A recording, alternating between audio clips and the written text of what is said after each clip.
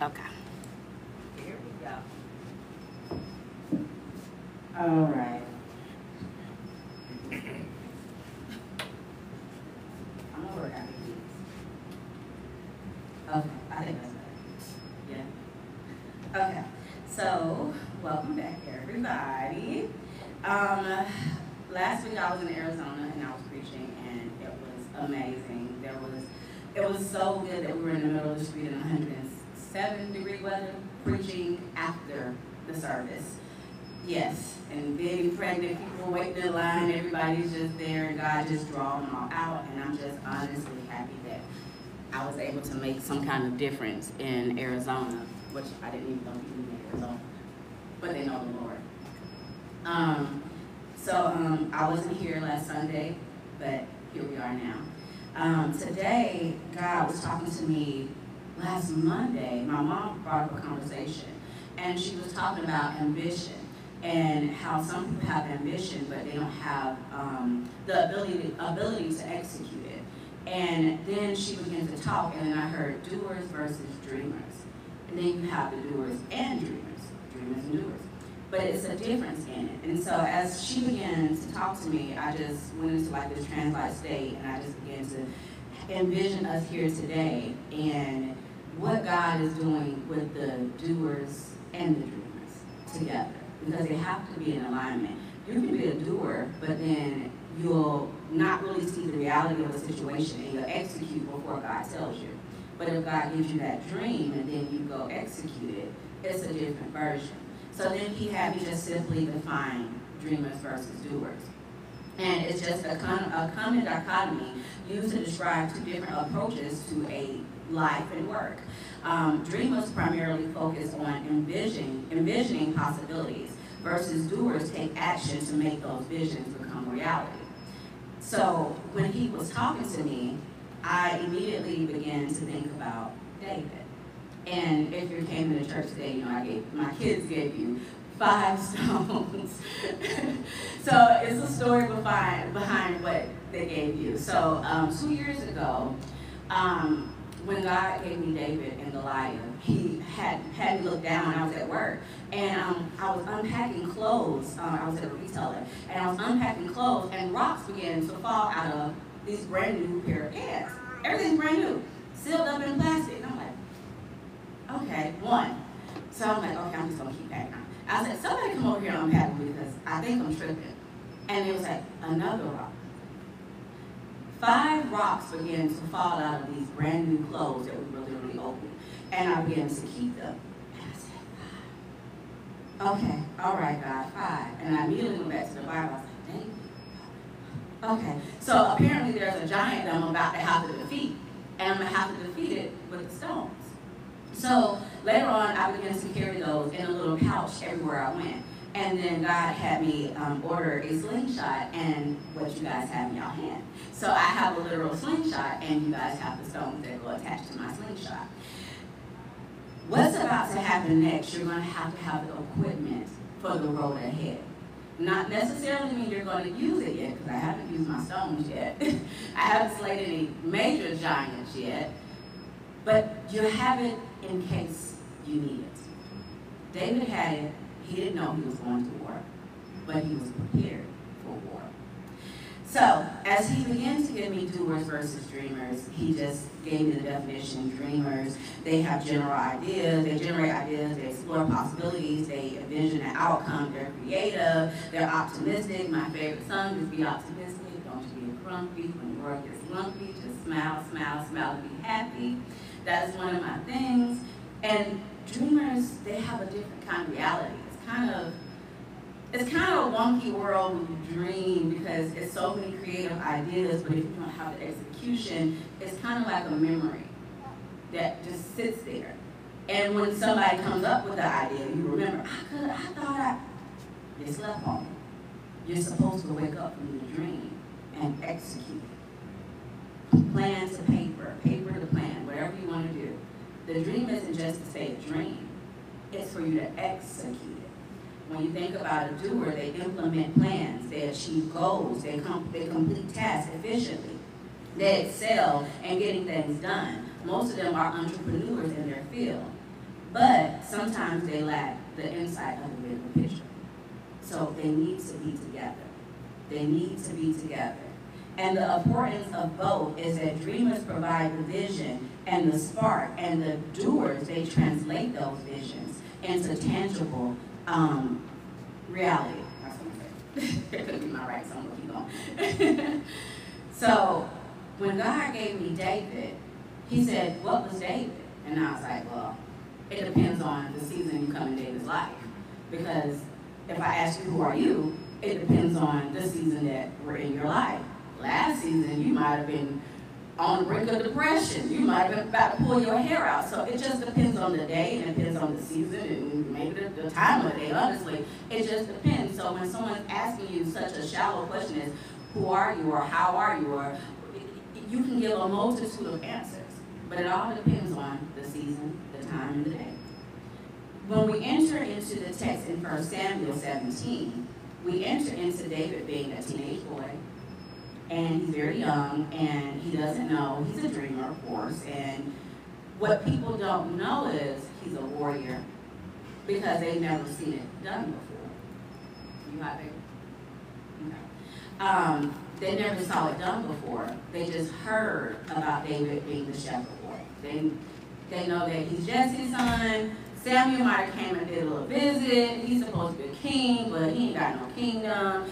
The brothers probably was jealous of him, so they probably was laughing at him because he's a king, a kingdomless king, waiting on one day that he would actually be in the kingdom. But Saul is very powerful, and he don't look sick, so what is really happening?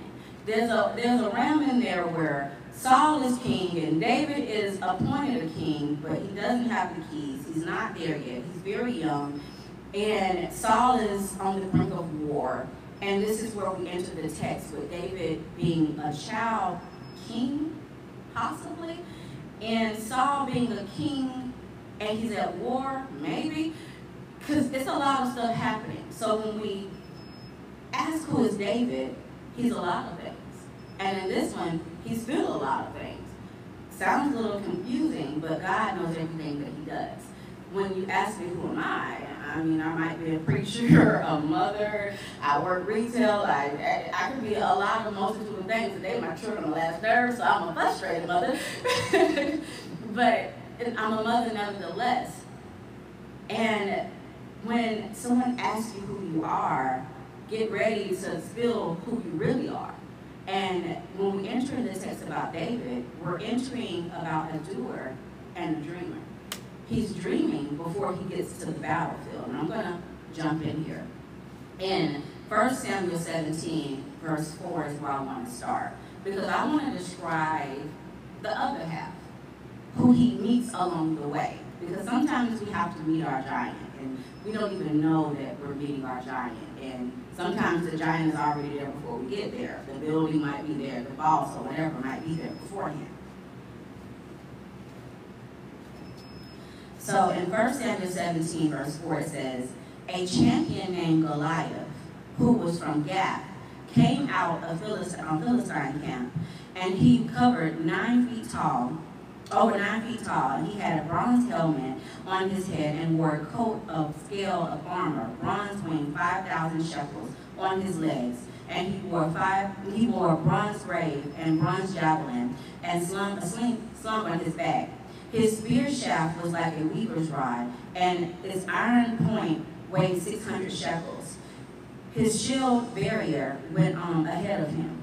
Goliath stood and shouted to the ranks of Israel, why do you come out and line up for battle? Am I not a Philistine? And are you not servants of Saul? Choose a man and have him come down to me. If he's able to fight and kill me, we will become your subjects. But if I overcome him and kill him, you will become our subjects and serve us. Look at my glasses on. So we're entering into the text where Goliath is this massive giant. They say he's 9 foot, and the Bible says he was over 9 feet. My nephew is 16 and he's 6'8". And yeah, he's a giant. And I can't imagine being taller. Go get my glasses. And he's really tall, so I'm looking up to my baby nephew. and he's 6'8". So I can't imagine over 9 feet. And he has his weapons of war because he's coming for battle. Because I don't know about you, but when a giant comes, they're coming for battle. They're not coming to play around. He had a purpose that he was trying to do. So he came in, he had his javelin on his back, he had his sword, he had bronze everywhere. I don't know who he thought was really getting ready to defeat him or who was really going to fight him, but he came for battle. Over 9 feet. I think his brothers that was in the back. It was a bunch of them. And it was the army that was behind him too. So he came for battle, and now he's heckling the Israelites with Saul. And he was like, I came to battle. I thought y'all came to battle too. Y'all out here in battle clothes, yet no one's battling. Okay, let's make this even. Choose yourself a champion. Who is big enough to come fight me? The war can be over. Who is here to fight me? One person can end this battle. Do you have one person? Are you that one person? When you think about your life and things that had to be complete, and no one else can complete the task but you. And a lot of people are envious because you're not really afraid. And even if you are, you have the ability to push fear down and you get it done. And I work really well under pressure. And Goliath is sitting there, and I honestly think that he thought no one was going to run up because for 40 days, no one did. And for 40 days, he was laughing at Saul and his army. Saul was a king, and Saul was pretty big himself. Saul was almost a giant himself. So, and he's a king. So it's your kingdom. You're a giant yourself. You have the army. All you got to get out there and do is fight and defeat. You're a warrior. You're a king. Someone's coming to your castle. I would think that you would defend it. If someone was to come to my home and tell me they're about to take my kids and do something, I'm going to defend it. No questions asked. But Saul was still sitting behind the lines, not really even dressed for battle. He was just sitting there. Thank you. Can't see to save my life. And Saul was just sitting there, and I don't know if he was praying to God because it didn't really specify, and I don't know if he was embarrassed that he was afraid because Saul was never really a warrior. And it even goes into it when he gets angry that David was a warrior, and we're going to get into that, where the people was making a song saying Saul has slayed thousands, yet David has slayed tens of thousands, because Saul wasn't really a warrior. He wasn't really brave. He'll fight if he had to, but David fought because he could, and he would. It was a difference. So Goliath is taunting them, and it says in 8, it says, Goliath stood and shouted to the ranks of Israel, why do you come out and line up for battle? Am I not a Philistine? And are you not servants of Saul? Choose a man. So he was sitting here just, anybody, somebody come fight me. And I think about the devil in your life when it seems like he's attacking you and you're like, you're not taking the bait. I'm not going to argue with you today. I'm not going to do it. And the devil's like, somebody come out and play. Anybody come out and play. So I was like, not me. Not me. I know that you're coming to take territory. And I know that I'm supposed to defend the territory. But I'm scared. That's the truth. He was scared. He wanted to be a doer, and he dreamed of maybe defeating him, and he had 40 days to dream. He had 40 days to plan out how he was going to go in, and he was getting ready to defeat Goliath, and he had it planned out, and he lined them up for battle every single day because he had visions of defeating this giant in his life. But he couldn't execute it. He couldn't get himself to run up against Goliath because the thought of fighting something so big was scary. And we've all had that in our lives where I wanted to do something and I planned out something so great and something so magnificent, but then when it went for me to execute it, I got scared and I was like, yeah, no, I'm you know what, I was going to go in and confront my boss today, but not today. Not today. You know, I think they look mad when they walk by. Them people ain't do nothing. I just got scared. I got scared of my shadows. And I had it all planned out. I even had clothes I was going to wear, the hairstyle I was going to wear. I was going to go up in there. I was going to be like, you know what, today's the last day. Then I, let's go on my desk and sit on down somewhere. So I was ready for battle, but I wasn't ready for battle. I hyped myself up trying to say I'm ready, but my body was like, nah, not today, not today. And maybe I just didn't have clearance from God. Maybe I wanted to because my flesh was like, go get them, and my spirit was like, not yet, settle down. Because some battles are meant to be fought and some, not just yet. Not just yet. When we come down to 10, it says, the Philistine said, this day I will defy the ranks of Israel. Give me a man and let us fight each other. So now I want to go down to 12, and it says, now David, and this is where God had me highlighted, and he just had me literally write on my paper, now David. And I'm like, okay, God, he said, pay attention. Now David. Now David. Now David was the son of an Ephraite named Jesse from Bethlehem in Judah. And Jesse had 8 sons. So I still couldn't get past the now David. And I'm like, God, why do you keep saying now David? And then he said, say your name. Now Seth. Now Melanie. Now Camilla. Now. Because God considered David. No one saw what David was doing in the back end. And nobody really knows your life but you and God and the battles that you fought. David had a good resume, a really good resume, honestly. It might not have been fighting physical people, but he was fighting battles. And I think that his resume was more substantial because of how he loved God. And God knew David, and David knew God. And I think that when it says now David, it's because God knew that he had to call on a champion. We saw a champion in verse 4 and 17, the people's champion. But God knows his champions. And his champions don't come with a sword and a spear. His champions come in the name of God. His champions come knowing who God is, what he can do, and what he has done. They come with testimonies because they've been through many trials. And if you've ever been through many trials, you understand why God said, now David.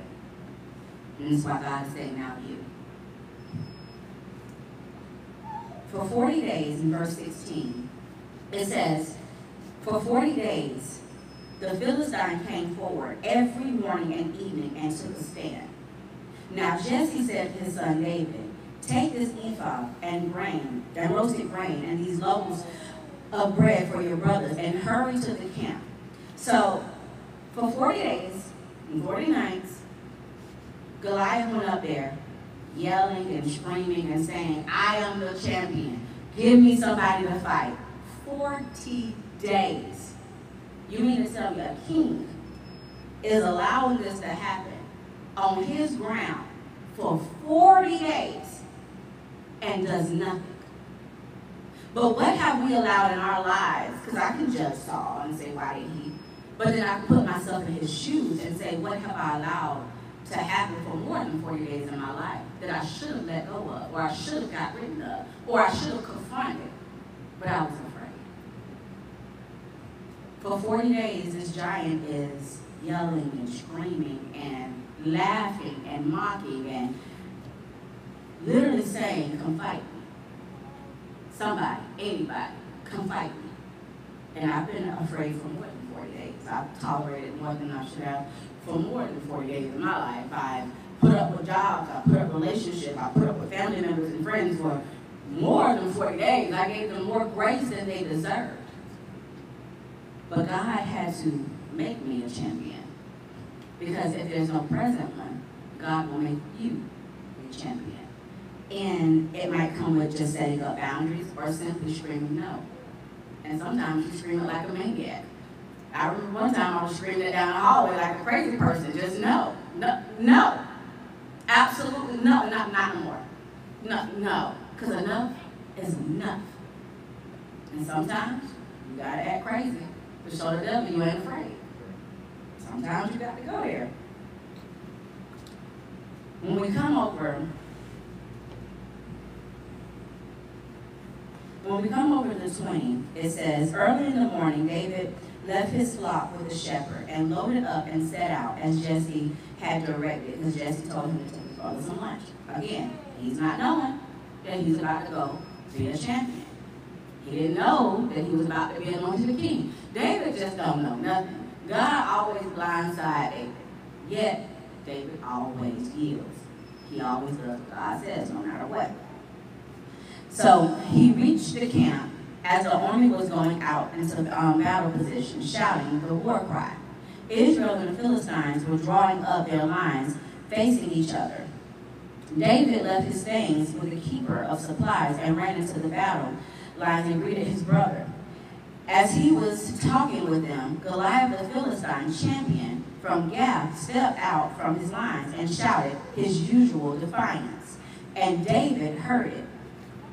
And David heard it. And God heard it. When God gave me that, I sat there and I said it over and over and over. I said, and David heard it, and David heard it, and David heard it. And God said, and I heard it. And I heard it. The reason why God heard it is because he knew that the right one was there to deliver what was about to happen. David stumbled upon a conversation that was happening between two kingdoms. He was not a warrior. He didn't have on any armor. He was simply doing what his father had told him, being obedient. So David just like, wait, what's happening?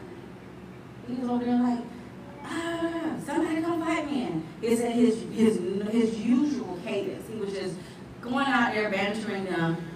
But David just so happened to have an ear. Those who have ears, let them hear. There's a reason why you have to be plugged in with God. David could have just simply dropped his sandwich off, dropped the water off, and went back. He done paid somebody to watch his sheep, mind his business, and now he's going out there. But he heard something. When the Israelites saw the man, they ran from him in great fear. Now David is witnessing all of this. David is watching them run away. David is witnessing this giant banter them, saying, I know y'all afraid. Ain't nobody gonna fight me. What are we wasting our time for? Just give us the keys. Give us the kingdom. What? Just give it here. Because clearly your king ain't a king. Clearly he's a coward. Clearly he's afraid. What are we doing here at this point? Hand the keys over. And David's like, so ain't nobody gonna fight? Ain't nobody? So now David is having a conversation between the rest of the Israelites. And he says, do you see how this man keeps coming out? He comes out to defy Israel. The king will give wealth to the man who kills him. He will also give him his daughter in marriage and will exempt his family from taxes in Israel. And David asked the man standing near him, what will be done for the man that kills this Philistine and removes the disgrace from Israel? Who is this uncircumcised Philistine that he should defy the armies of the Lord, the living God? They repeated to him what they had been told. This is what will be done for the man who kills him. When Eliab, David's older brother, heard him speaking with the men, he burned with anger at him and asked, why have you come down here? And whom did you leave those few sheep in the desert? I know how conceited you are and how wicked your heart is. You came down only to watch the battle. Hold on. Because I know you're lying. I know somebody that ain't scared ain't trying to fight me. You got all this pump, this stuff in your body, go fight Goliath. Because you're trying to fight me, the lesser. But for 40 days, this giant is out here pumping fire, and you over here scared. You said, you know, my heart is wicked. You don't even know me, because if you did, then you know that I was a king's kid. You would even stood up trying to get anointed. You would have moved out the way. But y'all ain't never known me. You can be in the same house with family, and they don't know you. Or the battles that you battle silently. Because God is always with you. They don't even know the prayers that you've been praying. David is sitting back like, what did I do to you? All I'm doing is asking what's really going on around here. Because clearly there's some foolery happening. Because why are y'all allowing this giant to scare y'all? I just asked what the prize was. I didn't say I was going out there. David never once said. But when somebody really do know you and know your capabilities, they'll try to belittle you. David didn't do anything. David just asked a question. But now Eliab got all this smoke in his body like, oh, you came out here, I know your heart is wicked. Do you really know my heart? Because I have a good heart. I have a heart after God, and God knows that. And you're trying to tell me everything that I'm not. And I didn't come to watch the battle. I just came to drop off food. It's been 40 days, and I ain't came out here one time. I didn't come out here. I only came to give you food, to feed you. Be careful when you feed certain people that aren't grateful. Not everybody deserves your food. Now what have I done? Said David. Can't I even speak? He then turned away to somebody else and brought up the same matter. And the men answered him as before. What David said was overheard and reported to Saul, and Saul sent for him. Now, Saul has ears, because David still didn't say he was going to fight nobody. He still has yet to say, I will fight him. But when you got ears to hear, Saul knew that a champion was there. Nobody else had the rhetoric saying, I wonder what the prize is. They knew what the prize was. Saul said it every day, probably before the huddle, before they went out there. They knew what the prize was. So the conversation wasn't even happening. So Saul was like, who asked him? Oh, he must have to fight. Well, he's a child. Bring him anyway. Because it doesn't matter if you're young or old when God calls you. He still calls you. So now it went to somebody that has ears for God. So David said to Saul, let no one lose heart on account of this Philistine. Your servant will go and fight him. Let no one lose heart. Sometimes we got to get into a battle that is not ours. Sometimes we might be the champion that the people need and they didn't even know it. And you might be like, why everybody huddling up and asking me to go up there and go talk to them? This wasn't even my battle. You have the courage. And that's something that can't be bought. Even people in position don't have courage to do certain things. They might have power to do certain things, but they don't have courage to do certain things. And I go back to my career in corporate America. My bosses would ask me to have a conversation with certain people. Like, why you okay? I'm just, it was like, because you do like, that's above my pay grade. Right on in here. You fired. That was it. They argued. They got their stuff enough. Why you couldn't do it? Oh, they would have argued back. Just say it and say what you mean and just go out of business. It's not that hard. But when you don't have that kind of courage to do something, it's hard. And a lot of people are afraid of what someone else is going to say. Saul replied, you are not able to go out against the Philistine to fight him. You are only a boy. And he has been fighting men from his youth. But now David said to Saul, your servant has been keeping his father's sheep. When the lion came, or a bear came, and carried off the sheep from the flock, I went after it, struck it, and rescued the sheep from its mouth. When it turned on me, I seized it by its hair, and struck it and killed it. Your servant has killed both the lion and the bear. This uncircumcised Philistine will be like one of them, because he has defiled the armies of the living God. The Lord who has delivered me from the paw of the lion and the paw of the bear will deliver me from the hands of this Philistine. David knew who his God was, and I don't know where I look right now, because I don't know if you've ever had to fight the lion and the bear before and come out on top. But it's some battles that people will never understand. See, nobody was there when the sheep was stolen but the shepherd. No one was there when the sheep was stolen from the lion or the bear, but the shepherd who had the obligation to get it back. Because God says he won't lose one. So when you were on death's door or addiction's door or depression's door and no one knew it but God, he went in and he got you back from the lion's mouth.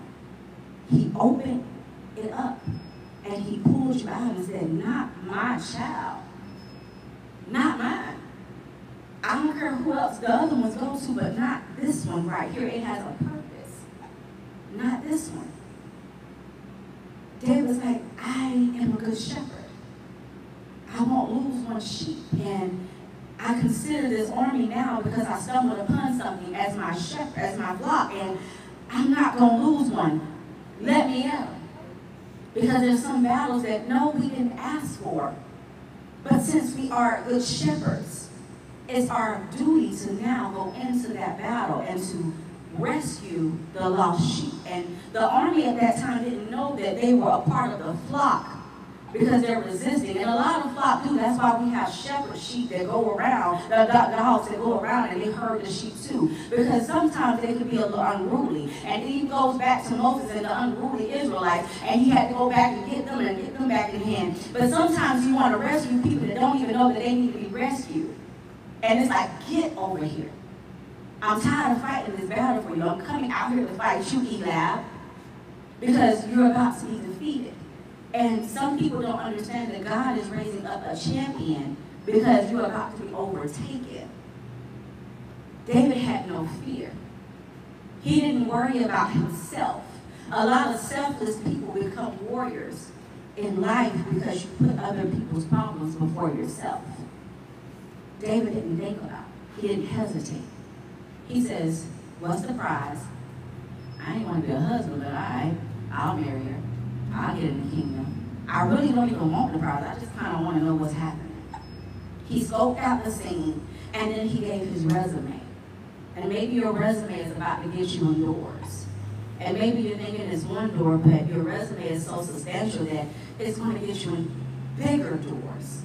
Because the resume with God is bigger than the resume with people. And your name might be getting ready to be called on because of your resume with God and not with people. David said, I want to rescue him back. And I think about God, and I think about my life, and I think about how God took somebody like me, and he said, I'm pulling you out of depression because I struggle with depression even to this day. And he says, I'm pulling you out of suicidal attempts, and I've attempted it twice in my life, but God says you have a bigger purpose. And he's pulled me out of relationships and marriages and things that were just beneath me. And he pulled me out, and he says, I need you to go fight a bigger battle. And when you get there, I need you to give your resume of what I have done, for you. Because many people see you put together, but they don't know what it is when the lights go off. And they don't know the giants that you have been going to war with in your life. And they don't know when the lights turn out that you're just a scared child. But you're going to deliver my word city to city and state to state and nation to nation. Because when you've been a champion all your life, you don't know what it is to have a break. You've been fighting bigger battles than you could ever fathom. So David is like, let me at him. And he's running to the fight. He's running to the fight. And they're saying, you're but a boy. And you're going to go fight this man who's been fighting since youth. And you're going up to fight him. And someone's looking at you and they're looking and they're saying, you're but a boy. You're but a woman. Like how can you go fight this battle? Or in my instance, how can you go try to build a church and you got all this, and how can you go, how could you? How can I stand by idly when there's a need? There's a need. How can I stand by knowing that sheep need to be fed? Sheep need to be defended. Because there's a lion and there's a bear roaring. And I don't know about you, but I'd rather fight a man than a bear any day, or a lion. To me, that's certain death. And when them lions put their paws on you, it's a done deal. It's a done deal. It's certain death. But not for Daniel, that was locked in the lion's den, came out good. And not for David, who fought the lion and grabbed it by his mane and took the sheep out. And I wanted the conversation as he went over there, like, not my sheep. Not mine. And when we get into those spaces, I just envision God snatching us and saying, not mine. Not this one. You can have anyone over there, but not this one. This one is who I love. This one is who I chose.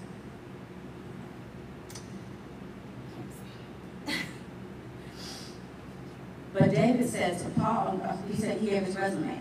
So Saul said to David, and we're in 37. Saul said to David, go, and the Lord be with you. So then Saul began to dress David in his armor. And David began to put on some warrior, I'm using quotation marks loosely. He began to put on some warrior armor, which is normally that little iron thing that they put over their clothes, and and then like he had like the sword, and he had all the helmet, all this metal stuff, and he probably was walking like a robot. And he was like, wait, am I going to battle? Because I ain't never worn anything. And then Saul was like a giant, and he got on Saul's clothes, and it's like weighing him down, and he's like, wait, whoa. No. See, when you're going to certain kind of wars, you gotta go as yourself. I can't go to the devil and try to defeat him with you, because I'm not you. And you can't go with me like, oh, my pastor's and everything. It's like, I don't know you. Yeah, so come on over here and get this whooping. Like, no. So he went to taking off all of this stuff. He's like, it's just too heavy. It's just too heavy. I can't breathe in this. And I think about when I first became a pastor, and then they tried to tell me I need to say this and I need to speak in this kind of vernacular, and they were trying to have me in this culture thing, and I was like, I don't like talking like that. This isn't me, and I don't read like that, and I don't speak like this, and let me just be me for a second. I'm from the hood, born and raised, and I don't know the vernacular that y'all trying to get me to say, and all I know is what God has done, and He's brought me this far, and He isn't going to leave me. And I understand that y'all want me to have this kind of talk, and I can't do it. It doesn't fit me. I can't reach somebody like that. It doesn't fit me. And so when I'm going to pray, you want me to pray these long, drawn-out prayers when sometimes it's just simply, God, help. And that might be it. Because sometimes I don't got the words to talk with God. Sometimes I'm just like crying, and I'm just like, God, please just hear me. God, I don't even know, just wrap your arms around me. I'm just lost right now. And if you can just hear what I can't say, if you can just hear what I can't say, just help me. And so, no, I can't preach it the way you want me to preach it, and I can't pray it the way you want me to pray it, and I can only be myself. And I pray that you can accept me. And if not, okay. And it's part of the reason why I had to go this way, because I wasn't welcome in churches, and I was wondering why. And God says, because I'm going to build you a church. And it might have one person, it might have two, it might have 1,000. You never know. When God is for you, it's a process. And I'm thankful for the beginning stages of what He's doing, because you can't buy favor. You can't buy being authentic or genuine. It's something that you can't buy or even fool people into doing it. I'm not here to fool anyone. I don't have it all. But what I do have is faith and favor. That's what I have. And many testimonies of defeating the devil. Yeah. And when doors were closed, God said, I closed it because I'm opening new ones. And I'm actually creating new ones. So if you're not accepted here, I'll make the space for you to be accepted. So maybe the message is simply allow God to make space for you. If you're not invited into certain spaces, God will open up new ones. So don't worry about being accepted into someone else's environment, because God will create you anew. And David went to stripping off his armor that wasn't him. And when you entered in, the kids gave you the stones, and he began to take everything off Because sometimes when I come home from work, I begin to strip everything off because I feel like I can't breathe. I've been suffocating in these work clothes, and this isn't me, and I can't breathe. So he begins to take everything off. And then he just got his slingshot. And I know all of them was like, I know good and well, do he not see this giant? Yes, he does see him. But does the giant see him? We don't need to be telling the devil, oh, no. Do you see me, devil? Do you see me coming? You need to know that I'm coming. So I don't know what you've been doing for 40 days and 40 nights, whatever you got going on, but when my feet hit the ground, you need to get worried, devil, because you need to know that I'm coming. So he began to get his slingshot, and he began to get 5 smooth stones, and he's walking up, chin up, chest out. He went to walking into battle, and here's Goliath looking at him. And Goliath laughing. He's like, who am I? A dog that you should feed me sticks? No, you just about to feed it. Who am I? A dog that you should feed me sticks? He saw David as a dog. As a dog. And David's brother saw him as evil spirited. See, in our lives, people will see us in different seasons. And their perceptions. To me, perception is people's reality. And his brother perceived him to be evil spirited. Saul perceived him to be, not Saul, but Goliath perceived him to be a dog. Or a stick. Either or. All of it being insignificant. They didn't see him as human. They didn't even see him as a warrior. But it's not how people see you. It's how God sees you. David had nothing to prove to Goliath. He didn't go back and forth. He said one thing, and I sit with this. As he's picking up his stones off the ground, and he simply utters to Goliath, small as he might be in stature, you come to me with a sword and a spear, yet I come to you in the name of the Lord.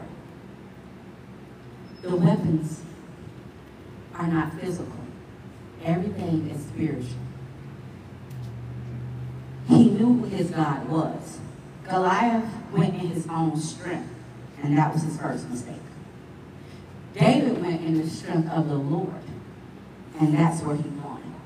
Because he knew that God was going to go before him. And one thing that wasn't mentioned, but later on with David's history, is David always prayed before he went to battle. And see, what isn't mentioned is that David prayed as he always did. Before he went before the lion, before he went before the bear, before he went before Goliath. Shall I go forth? And David was wise. If God told him not to, he'll stand off. But if God told him to go, it's a sure thing. He went in running because he knew he was a champion. Wisdom first. Above all else, wisdom before you go taking your butt out there like the 7 sons of Sceva and getting whooped and got to go back home. He knew that it was a certainty that he would win. He said, this day, David, you come against me with a sword and a javelin, but I come against you in the name of the Lord Almighty, the God of the armies, whom you have defied.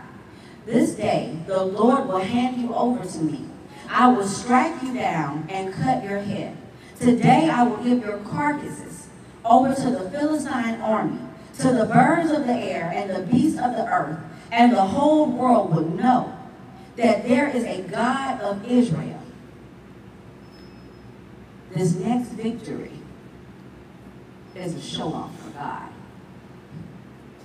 And I don't know if you even know that you're in a battle. But whatever you're going through is a victory for God. Because they're going to say that God is in this place. He was taunting God's children. He was laughing. He thought it was funny until it wasn't. And that's the story for a lot of people in your life, that they thought it was funny until it wasn't. You and your little job, you and your little ministry, you and your little marriage, you and your little whatever. It's all funny until God shows them that it's not. And it might be little right now, but God has a way of taking the little things and making them ginormous. And you might be invisible in one season of your life, but in another season, God makes your light shine so bright like Moses, and you have to cover yourself because the light is so blinding.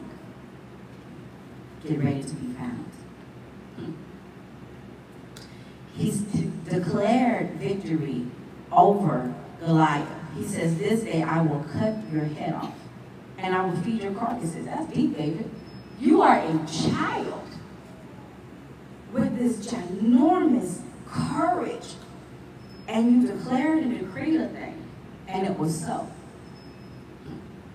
God is so close to children that it isn't funny. So when my kids, when I first opened, the very first day, and I only announced it the day before, I was like, do y'all think that, I said, do y'all think people coming? What y'all said? Yeah. Not that part. Yes. They said, yes, people are coming. Yes. They said, yes, people are coming. Whenever something happens, look to the children, they know. They know more than you. I remember growing up, and I never understood why my mama would have so many people lined up. And she's like, well, you're ready to pray for them. I'm like, I don't even know what. They're telling me what to tell God. Like, I'm like 4. And it's like, tell God this. I'm like, God, my mama said. And it would come. It would come to pass. And I didn't understand that as a child, that I had this ability to pray, and it came to pass. And later on in my life, I scurried away from God so far, it was crazy. But when it was time for God to come get me, it was nothing. I'm saying, he drove me kicking and screaming. And I was like, I don't want to be a pastor. I don't want to be. And here I am. Here I am. The call needs you to answer. Even if it's later on in life, or in the beginning of your life. The call demands you to answer Jonah running. He wasn't running from his call because Jonah knew who he was. And I think that's where we kind of get the blurred lines. Jonah wasn't running from his call. He knew that he was a prophet. He knew who he was. He didn't want to do it. He didn't want to do it. I knew since I was a child who I was. I didn't want to do it. And some days I still don't want to do it. But every day I still do. Because the call on your life requires obedience. It requires a lot of obedience, even when we don't want to do it. It requires dedication and steadfast. God heard David's prayers. And I know it's time to get very close. But God heard David's prayers in the quiet place. And God heard Saul's prayers as well, because Saul didn't want to lose his kingdom. And Saul didn't want to look weak in front of his people, yet he was. And that's the reality of it. He was a weak man in front of his whole army. And I'm pretty sure he probably tried to throw his weight around, yelling at them, get back in line, and we're going to fight soon, and, trying to still be a king, trying to throw his weight. But he went to praying. God is too big for me. I can't do this. I'm scared. I can't defeat Goliath. And those are some tough words to say from somebody that has power and keys to a kingdom. But a good king can admit defeat. And it was bigger than him. So Saul heard, and he was listening, because he had foot soldiers listening for who is having this conversation, and the evidence is all right here. There were foot soldiers listening, and they took the conversation back to Saul, who was praying to somebody to rise up and to be that champion. And the conversation was heard, and so was the prayer. So Saul took David, and he was like, God, I wonder if you're really calling this child to defeat. I'm going to push him a little bit. You know where it is. And David's so sure, even at a young age, of who he is. And when you're sure of who you are, can't anybody, they just can't come tell you who you're not. When you know who you are, Rather, when you know who God is in your life, no one can tell you that God is not real. There's many rhetoric of the universe and the tarot and whatever, the stars aligning and all this stuff. But I know I never called upon the stars to save me. I know I never pulled a card out of deck and it came and saved me. But I know on my deathbed I'm crying out, Jesus, and he came. I remember flatlining on the table having my daughter, and I'm calling on Jesus, and I'm looking, and my mom and my husband at the time was literally screaming out and crying out, Jesus, and my mom was screaming. And they're calling on the name of Jesus. And those were the last conversations I witnessed before I flatlined. And I woke up with my baby in my arms, and my mom over there still rocking back and forth, praying and calling out God and Jesus. And I know that he answered. So I know that David knew without a shadow of a doubt who God was, because that's the name I call on when I have nothing else. Saul began to call on God, and God began to raise up a champion. And if you have nothing else to call on God, and he'll answer. And if you have no answers, God has the answers. He just needs you to call on him. Saul was sitting in an answered prayer, and he didn't even know it, but he was wise enough to put people in position. And he was humble enough, even though he tried not to be, oh, you're just a boy. He was humble enough to say, this is bigger than me. I cannot do it. Save us. Save us. David began to save. David began to go out and war in the kingdom. David went out to war in the kingdom. Uh-oh, I am messing up. David went out to war in the kingdom. And he declared what he was going to do. And he did it. And it's crazy because he said, I'm going to cut your head off. What weapons did he have? 5 smooth stones. So when he said, I'm going to cut your head off, how? With what? He had no tools. He gave them all back. God will use your enemy and what they brought to the battle to defeat the enemy. After he swung the slingshot and knocked Goliath down, he went over with a giant, 9-foot tall, giant sword and cut his head off. God will use the tools of the enemy to defeat them. They came and they wanted war. David had nothing but his slingshot, but he left with the head of Goliath and the sword. Later on in the Bible, he went after the brothers too, got them too. But in this aspect, he came for the head of Goliath and he delivered. Whatever you're facing and you think that you can't defeat because you don't have the proper equipment, understand that God is about to equip you with the ability to take the heads off. Do not be afraid. Do not be afraid. And do not let the jealous brother of the cowardly king stop you from doing what God told you you're going to do. I'm closing in this. Doers do. Dreamers only dream and leave it there. But God is going to make you have both. I dream, I have vision, and then I pursue. And so will you. It's not bad dreaming. Actually, it's really good because God comes to a lot of us in our